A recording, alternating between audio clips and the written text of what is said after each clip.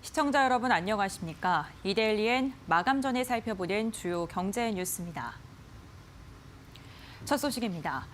임대인들이 임대료를 인하해 11,000개 점포가 도움을 받은 것처럼 정부가 임대인을 도와주겠다고 밝혔습니다.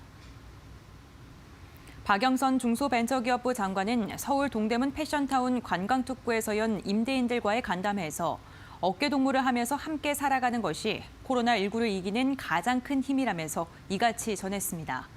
2만 개 점포에서 4만 명이 일하는 동대문 패션타운 관광특구는 코로나19 사태로 타격을 받았지만 임대인들이 자발적으로 최대 25%까지 임대료를 인하하면서 착한 임대인 운동에 동참했습니다.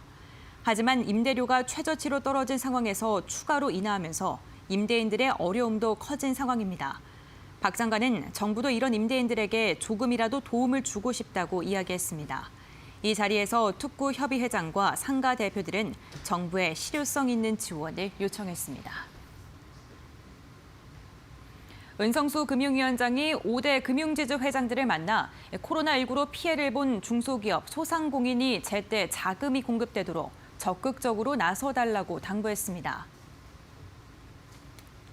은 위원장은 서울 중구은행회관에서 5대 금융지주 회장들과 조찬 회동을 갖고 이같이 말하며 금융회사 최고 경영자들이 직접 나서 지역별 지원 실적을 점검하고 격려해달라고 요청했습니다.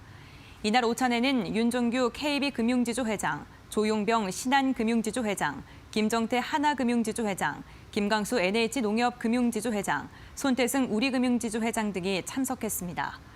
지원 프로그램을 적극적으로 홍보하고 일선 직원 교육을 철저히 해줄 것도 주문했습니다. 기존 대출 만기 연장, 은행 소유 건물 임대료 감면, 마스크 공급 외에도 3조 2천억 원 규모의 특별 대출 신규 공급 등을 통해 피해 기업 소상공인을 지원할 방침입니다. 대구 경북 지역에는 비대면으로 대출 만기를 자동 연장하는 등 적극적으로 지원합니다. 고가 주택에 대한 규제를 강화한 정부의 12.16 대책의 영향으로 서울 주택가격 상승폭이 눈에 띄게 둔화했습니다. 한국감정원 조사에 따르면 지난달 전국의 월간 주택 매매 가격은 0.34% 오른 가운데 12.16 대책에 타깃이 된 서울은 0.15%로 전월의 절반 이하로 상승폭이 꺾였습니다. 강남 서초 송파 등 강남 3구는 재건축 아파트와 고가주택에서 급매물이 나오면서 지난달 매매 가격이 하락 전환한 반면 대출 규제가 덜한 9억 원 이하 주택에는 매수세가 몰리며 풍선 효과가 나타났습니다. 경기 지역은 220 수도권 조정 대상 지역 확대 조치 이전에 시세 조사가 이루어지면서 주택 종합 기준 0.78%, 아파트는 1.09%가 올라 전월보다 상승폭이 컸습니다.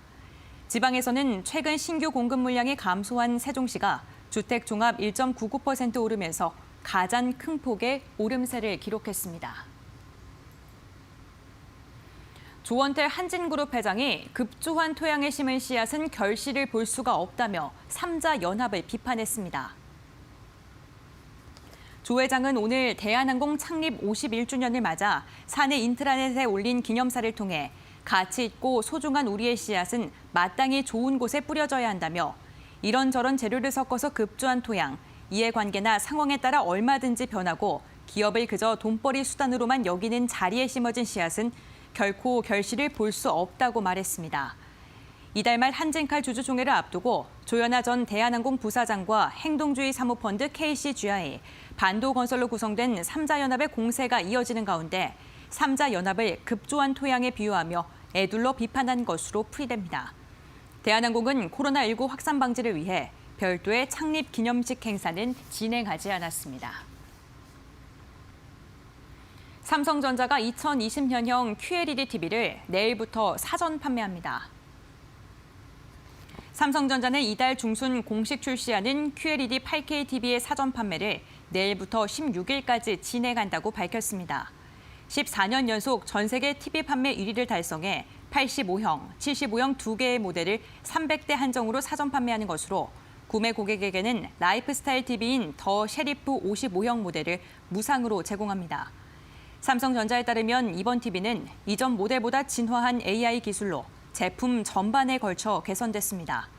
특히 테두리를 최소화해 화면의 99%를 활용하는 인피니트 스크린을 적용해 스크린의 새로운 기준을 제시한다고 소개했습니다. 지난해 세계 주식시장과 채권시장의 활황으로 국내 기관 투자자의 해외 외화 증권 투자 잔액이 600억 달러 넘게 불어났습니다. 한국은행에 따르면 국내 주요 기관 투자자 외화증권 투자 잔액은 3,263억 달러로 1년 전보다 607억 달러, 22.9% 증가했습니다. 외국 채권 및 주식에 대한 수요가 지속된 가운데 지난해 주요국의 완화적 통화 정책으로 채권 가격이 뛰고 증시도 화랑을 보이면서 투자 잔액이 크게 증가했습니다. 실제로 미국의 스탠더드 앤드 푸어스 500 지수는 지난해 28.7% 오르면서 2013년 이후 6년 만에 최고 상승률을 기록했습니다. 기관별로 보면 자산 운용사의 투자 잔액이 475억 달러 늘었고 보험사, 외국환 은행, 증권사 순으로 증가했습니다. 투자 자산별로는 외국 채권이 321억 달러, 외국 주식이 277억 달러씩 증가했습니다. 이어서 이 시각 간추린 뉴스입니다. 삼성전자 경북 구미 사업장에 코로나19 확진자가 4번째로 나왔습니다. 하지만 생산라인 추가 폐쇄는 없고 이 직원이 근무했던 층만 내일까지 폐쇄됩니다. 중소기업 중앙회에 따르면 코리아 스타트업 포럼 등 5개 단체는 1년 넘게 국회에 계류 중인 대중소기업 상생협력 촉진에 관한 법률 개정안에 조속한 처리를 촉구했습니다. IBK 기업은행은 지난달 28일 일본 미쓰비시 UFJ 금융그룹은행, 미조은행과 6천억 원 규모의 원화, 엔화, 커뮤니티 라인진행 계약을 맺었다고 밝혔습니다. 코로나19 등 대내외 불확실성 확대에 대응하기 위한 결정이라고 회사 측은 설명했습니다. 미래형 자동차 산업 기술 인력이 3년 사이 5배 이상 증가한 것으로 나타났습니다. 전기차, 수소차 등 관련 산업이 활성화되면서 2028년까지는 8만 9천여 명의 산업 기술 인력이 필요할 전망입니다. 이데일리엔 마감 전에 살펴보는 주요 경제 뉴스 함께 확인해봤습니다.